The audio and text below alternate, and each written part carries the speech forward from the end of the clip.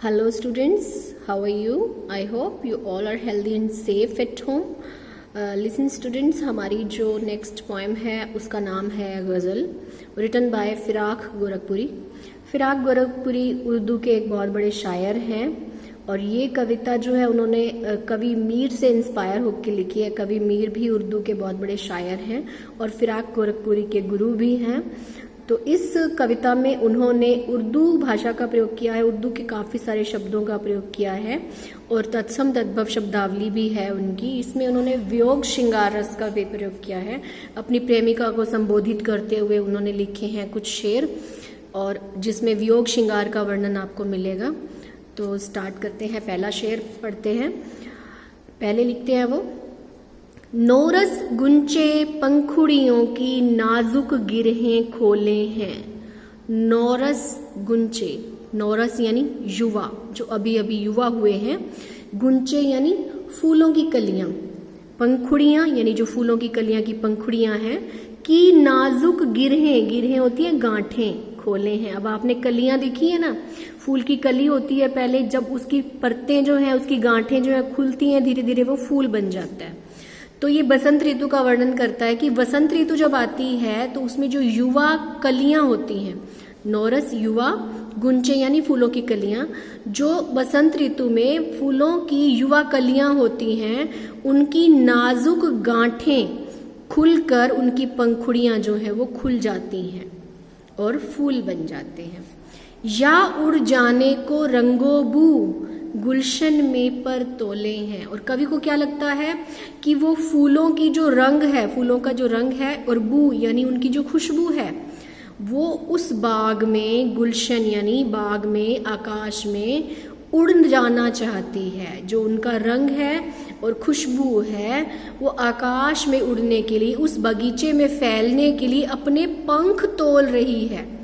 पर यानी पंख तोल रही है। अब जो फूलों की कलियां होती हैं, फूलों की कलियों में जो परतें होती हैं उनको उसके पंख बोला गया है। पहले उसको नाजुक गांठें कहा गया कि जो फूलों की नाजुक गांठें हैं, कलियों की नाजुक गांठें हैं, पंखुड़ियां खुल जाती हैं और वो फूल बन जाते जैसी वसंत ऋतु आती है। कवि को ऐसा लगता है जैसे उनका रंग और उनकी खुशबू आकाश में और उस बगीचा में उड़ जाने के लिए अपने पंख तोल रही है, यानी कि वो धीरे धीरे खुल रही है ताकि उसका रंग भी उसमें फैल जाए और उसकी खुशबू भी चारों तरफ फैल जाए। ओके बेटा, नेक्स्ट शेर देखेंगे। तारे आंखें झपकावे हैं, जर्रा जर्रा सोए है। ये सोचे नहीं है, यहाँ पे है सोए है। अब रात का समय है, तारे अपनी आंखें झपका रहे हैं। अब तारे जो टिमटिमाते हैं तो कवि क्या कहता है उसको कि वो आंखें झपका रहे हैं। तारे टिमटिमाते हैं ना, टिम टिम करते हैं, थोड़ा सा प्रकाश फिर अंधेरा, प्रकाश अंधेरा, इस तरह से होता है। तो कवि कहता है कि वो आंखें झपका रहे हैं। जर्रा जर्रा सोए है, जर्रा जर्रा यानी कण कण, पृथ्वी का या प्रकृति का कण कण जो है वो सो रहा है।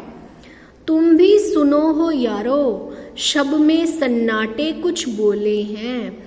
हे यारो तुम भी सुनो, शब यानी रात में, इस रात के सन्नाटे में कुछ आवाजें आ रही हैं, यानी जो रात का सन्नाटा है उसका कुछ रहस्य तुम्हें सुनाई दे रहा होगा। ये लोगों सुनो, इस रात के अंधेरे में, इस रात के सन्नाटे में कुछ रहस्य खुल रहे हैं। अर्थात चाहे रात में कुछ सन्नाटा छाया हुआ है, लेकिन जो ये सन्नाटा है वो भी हमें कुछ ना कुछ संदेश दे जाता है। इसका रहस्य भी थोड़ा थोड़ा खुल रहा है। नेक्स्ट देखिए, हम हो या किस्मत हो, हमारे दोनों को एक ही काम मिला। किस्मत हमको रो लेवे है, हम किस्मत को रो लेवे हैं। अब इसका क्या मतलब है? हम हो, अब ये हम किसके लिए यूज किया गया है? जो व्यक्ति काम करना ही नहीं चाहता, जो कर्मशील नहीं है, अकर्मण्य है, तो वो क्या कहते हैं? अपनी किस्मत को दोष देते हैं। जो व्यक्ति मेहनत नहीं करते हैं वो किस्मत को दोष देते हैं। क्या कहते हैं? हम हो या किस्मत हो, हमारे दोनों को एक ही काम मिला। अब जो अकर्मण्य लोग होते हैं, जो मेहनत करने वाले लोग नहीं होते, जो जिनको मेहनत बिल्कुल पसंद नहीं होती, वो लोग क्या करते हैं, वो और उनकी किस्मत, उन दोनों को एक ही काम मिलता है। क्योंकि वो काम नहीं करते तो वो अपनी किस्मत को रोते रहते हैं। और किस्मत क्या करती है, किस्मत उनको रोती रहती है। किस्मत कहती है कि जब तक तुम मेहनत नहीं करोगे तो मैं कैसे पलटूंगी। यानी मेहनत करने से ही किस्मत को पलटा जा सकता है। तो किस्मत उस मनुष्य को रोती रहती है जो मेहनत नहीं करता, और जो मेहनत नहीं करता वो मनुष्य अपनी किस्मत को रोता रहता है। यानी वो सिर्फ किस्मत के सहारे बैठा रहता है। वो कहता है कि जब किस्मत में होगा तो मिल जाएगा, और किस्मत क्या कहती है, जब तक तुम मेहनत नहीं करोगे तो मैं तुम्हारा साथ कैसे दूंगी। तो जो मेहनत करने वाले लोग, जो मेहनत ना करने वाले लोग होते हैं, वो और उनकी किस्मत दोनों ही एक दूसरे को रोते रहते हैं। कहने का मतलब ये है कि मनुष्य को मेहनत करनी चाहिए। अदरवाइज अगर मनुष्य यही कहता रहेगा कि जो किस्मत में होगा मिल जाएगा, तो किस्मत भी सिर्फ उनका साथ देती है जो मेहनत करते हैं। अदरवाइज किस्मत भी यही कहती है कि जब तक तुम मेरा साथ नहीं दोगे तो मैं तुम्हारा साथ कैसे दूंगी। ओके, जो मुझको बदनाम कर रहे हैं, काश वे इतना सोच सकें, मेरा पर्दा खोले हैं या अपना पर्दा खोले हैं। अब कवि ऐसे लोगों को उजागर करता है जो दूसरों के रहस्यों को बता कर उन्हें बदनाम करते हैं। यानी दूसरों के बारे में बुरा बुरा बोलकर उनको बदनाम करने की कोशिश करते हैं। तो कवि उनके लिए क्या कहता है, जो मुझको बदनाम कर रहे हैं, काश वे इतना सोच सकें। जो लोग मुझे बदनाम करना चाहते हैं, मेरे रहस्यों को उजागर कर रहे हैं, काश वो इतना सोच सकें। मैं चाहता हूं कि वो ये बात सोचें, मेरा पर्दा खोले हैं या अपना पर्दा खोले हैं, कि वो मुझे नहीं बदनाम कर रहे, वो पर्दे मेरे नहीं खोल रहे, यानी मेरे रहस्यों को उजागर नहीं कर रहे। जो मेरे सीक्रेट्स हैं, जो मेरी गुपचुप बातें हैं, जो मेरी निंदा कर रहे हैं, वो वास्तव में मेरी निंदा करके अपना ही पक्ष आगे रख रहे हैं। यानी अपनी असलियत दिखा रहे हैं लोगों को, अपना पर्दा खोल रहे हैं। क्योंकि जिनके आगे वो मेरी निंदा करते हैं, पहले वो तो खुद ही बदनाम हो जाते हैं। निंदा करने वाले को लोग अच्छा नहीं समझते। तो जो लोग मेरी निंदा कर रहे हैं, जो मेरी बुराइयां कर रहे हैं, वास्तव में वो स्वयं ही बदनाम हो जाते हैं। तो कवि कहता है जो लोग मुझे बदनाम कर रहे हैं, वो इतनी बात समझ लें कि वो मुझे नहीं बदनाम कर रहे, वो वास्तव में मुझे बदनाम करके खुद बदनाम हो रहे हैं। क्योंकि निंदा करने वाला वैसे ही बदनाम हो जाता है। यानी कि निंदा करने की जो प्रकृति होती है, प्रवृत्ति होती है, वो अच्छी नहीं होती। ओके,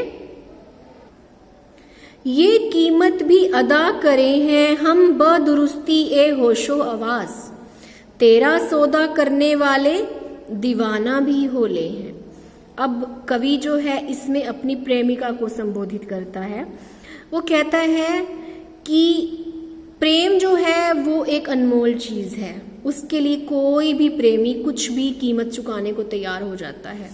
तो कवि अपनी प्रेमिका को कहता है कि जो प्रेम है उस भावना की कोई मोल ही नहीं है, ये कीमत भी अदा करे हैं हम बदुरुस्ती ये होशो आवाज। अगर हमें प्रेम के बदले कोई कीमत चुकानी पड़ रही है तो हम बदुरुस्ती ये होशो आवाज, पूरे होशो आवाज में, पूरे दिमाग के साथ, दिलो दिमाग के साथ, पूरे विवेक के साथ, अपने होशो आवाज में ये कीमत भी देने को तैयार हैं। यानी कि कौन सी कीमत, तेरा सौदा करने वाले दीवाना भी होले हैं।